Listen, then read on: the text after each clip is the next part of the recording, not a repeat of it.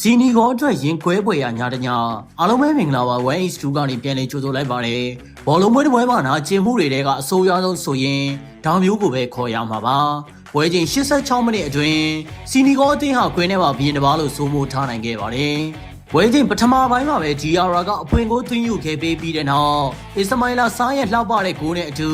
နိုင်ပွဲနဲ့အလွန်နီးစပ်လို့နေခဲ့ပါတယ်။ပွဲချိန်တော်တော်များများမှာ2ဂိုးအသာနဲ့ပျော်ရွှင်နေခဲ့ပေမဲ့ကန်ဂျမာကသူတို့ဘက်မှာမရှိခဲ့ပါဘူး။စားတယောက်ဂိုးတိုင်ကို2ချိန်တိကန်သွင်းပြီးတဲ့အခိုက်အတန့်တွေကအစားဒီပွဲကိုသူတို့အပြတ်အသတ်နိုင်ခဲ့တင်ပါတယ်။ညီပြတီရောရဲ့တပည့်တွေဟာအားလုံးကိုအန်အားတင်အောင်ကစားပြနိုင်ခဲ့ပါတယ်။တိုက်စစ်မှာ NDA အစ္စမိုင်လာစားနဲ့စာရီယိုမာနီတို့ရဲ့တိုက်စစ်ဆင်မှုတွေကတကယ်ကိုအသက်ဝင်နှုံးခဲ့ပါတယ်။သူတို့နောက်မှာတော့ဂိုးသွင်းရှင်ဒီယာရာပါပီဂူရီနဲ့အီဒရီဆာဂူရီတို့ရဲ့ကွင်းလယ်အတွက်ဖက်ကလည်းဘယ်ဂျီယန်အသင်းရဲ့တိုက်စစ်တွေကိုအမြင့်ကနေလှီးဖြတ်နိုင်ခဲ့ပါတယ်။အသင်းလိုက်စူးစီးမှုအကောင်းလို့သလိုကစားသမားတွေရဲ့အားထုတ်မှုကလည်းကြီးကျူးစရာကောင်းလွန်ခဲ့ပါတယ်။ဒါပေမဲ့ဘောလုံးဆိုတာရက်ဆက်တဲ့အားကစားနည်းတစ်ခုပါပဲ။တပွဲလုံးဂိုးပေါက်မတဲသလောက်ဖြစ်နေခဲ့တဲ့ပြိုင်ဘက်ကိုအခွင့်အရေး2ကြိမ်ပေးလိုက်ရုံနဲ့စီနီကောတင်းရဲ့အိမ်မက်တွေကပြိုပြက်သွားခဲ့ရပါတယ်။အာယုံဆိုင်မှုရောနေသွားတဲ့အခိုက်အတန့်2ခုကပဲ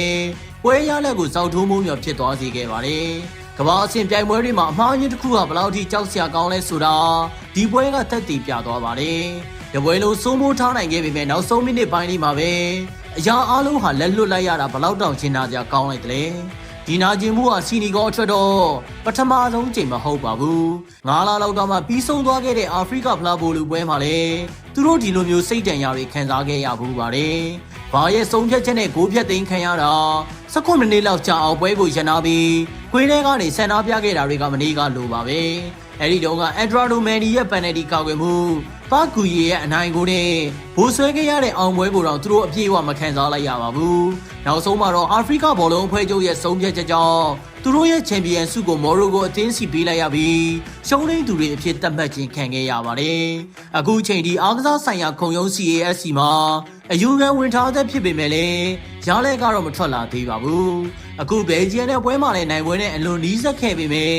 လက်လွတ်လိုက်ရတာကသူတို့ရဲ့ကံကြမ္မာကို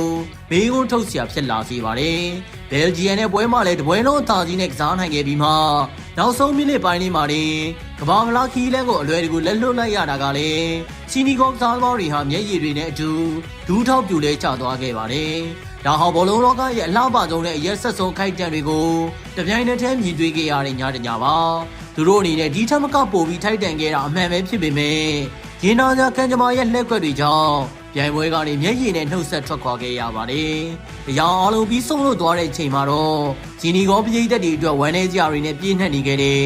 ညတညဖြစ်တာကြံ့ရစ်ခဲ့တော့မှာပါ။ဒီလိုအရသာရှိတဲ့သုံးသက်ချက်တွေကိုအမြဲတမ်းဆင်နိုင်ဖို့အတွက် 1H2 ကို